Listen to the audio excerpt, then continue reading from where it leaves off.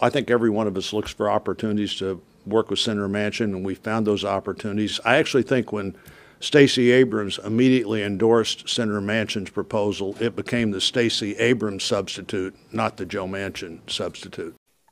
I first think it's deeply disrespectful to his fellow Senator Joe Manchin. Joe Manchin is his own man. He has demonstrated a remarkable autonomy in this process. And the fact that I agree with his willingness to offer compromise and to negotiate should be seen as a sign of him being a statesman, someone willing to work towards the betterment of our nation, and his willingness to use his past as a Secretary of State and as a governor to make certain that no matter what your party, that your citizenship is protected in this country. That said, I think the challenge we're facing on the Republican side is that when my name is attached, they have visions of Georgia and the change in election outcomes. The reality is we're not guaranteed victory every cycle, but we should all be guaranteed access and guaranteed opportunity. And that should not be something that they find so terrifying. So here's the backstory. Joe Manchin had written an op-ed a few weeks ago explaining that he opposed the For the People Act as it currently stood. From there, he met with voting rights advocates from the NAACP to Stacey Abrams, culminating into him distributing a document to his Senate colleagues explaining the provisions of the For the People Act, or S1, that he did support, including some of the most important parts, like automatic voter registration and banning partisan gerrymandering. It was a promising development for everyone who supports voting rights, including Stacey Abrams. And so naturally, Stacey Abrams endorsed it, saying this. Joe Manchin, people have been asking him exactly what could you support. He has now laid it out. Some of those proposals would be significant changes in requirements from state to state. Is that a compromise you could support? Absolutely. What Senator Manchin is putting forward are some basic building blocks that we need to ensure that democracy is accessible no matter your geography. And those provisions that he is setting forth are strong ones that will create a level playing field, will create standards that do not vary from state to state, and I think will ensure that every American has improved access to the right to vote despite the onslaught of state legislation seeking to restrict access to the right to vote. You could accept this compromise, what Joe Manchin laid out, even if voter ID was part of it. That's one of the fallacies of Republican talking points that have been deeply disturbing. No one has ever objected to having to prove who you are to vote. It's been part of our nation's history since the inception of voting. What has been problematic is the type of restrictive ID that we've seen pop up. In South Dakota, where Native Americans were told that they had to provide IDs with addresses the state refused to provide. We have states where students are not allowed to use their student IDs, but you can use your gun license.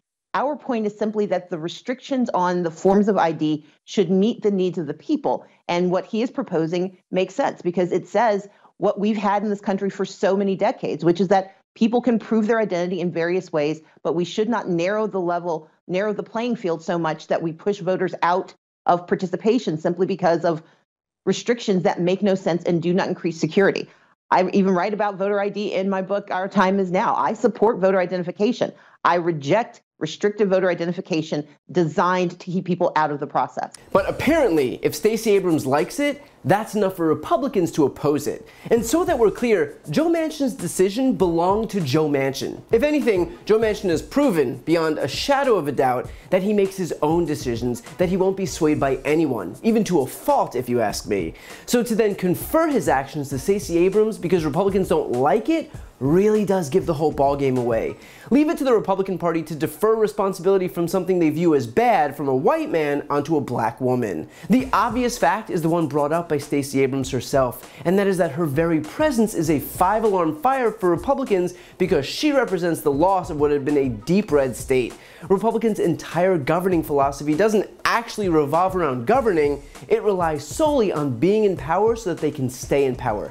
That's it. There's no interest in legislation and making people's lives better, none of that. It is attaining power and keeping power, period. And so to then not only lose, but lose a state like Georgia is the absolute antithesis of everything the GOP represents. And you would think that if winning elections was that important for Republicans, that they might actually do something to win over voters. But they can't, because their agenda isn't popular. They stand for lowering taxes on the rich, on restricting women's reproductive rights, on denying the truth about climate change, on entrenching our reliance on fossil fuels. Which of those can they run on?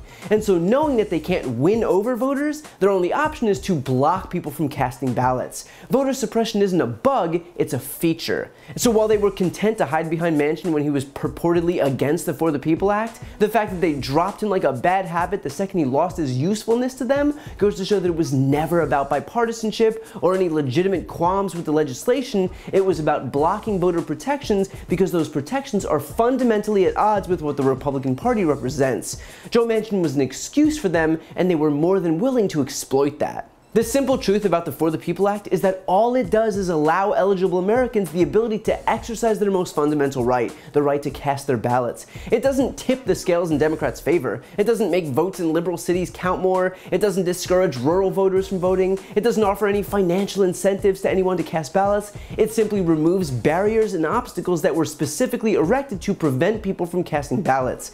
If even that, what should be the bare minimum, is enough to garner unified Republican opposition, then that is a rot that has pervaded the entire party. That is a fundamental failure of the party to be able to exist in a democratic system. They're not working on behalf of this country, they're not working on behalf of the Constitution, they're not working on behalf of Americans, they're working on behalf of themselves. So if you want to know why Stacey Abrams is fighting this hard, Republicans showed you in just this one simple clip. This one clip with Republican Senator Roy Blunt pretending that somehow Manchin's opinion was valid until the moment it was endorsed by Stacey Abrams, and then suddenly it wasn't.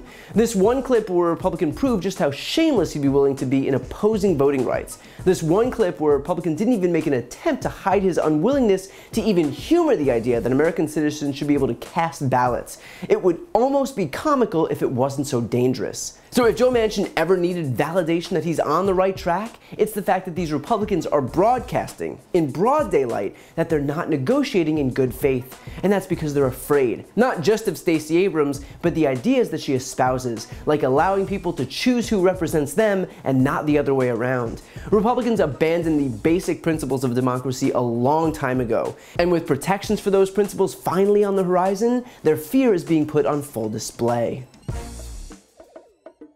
If you enjoyed that video, click on the subscribe link right here on this screen to join the more than 1 million people who've already subscribed to my channel. To donate to my Don't Be a Mitch Fund, where I'm raising money for a whole raft of different voter outreach and voter registration groups in the closest states ahead of midterms in 2022, including Georgia, Pennsylvania, Wisconsin, North Carolina, and Texas, you can find that link on the screen as well. And finally, if you're looking for a deeper dive, check out my podcast, No Lie with Brian Tyler Cohen. It's a no BS look at the top stories of the week, along with interviews with the top names in politics, like Vice President Kamala Harris, Jen Psaki, Elizabeth Warren, Nancy Pelosi, Chuck Schumer, Katie Porter, Pete Buttigieg, and more. That's No Lie with Brian Tyler Cohen, available anywhere you listen to podcasts. Thanks for watching.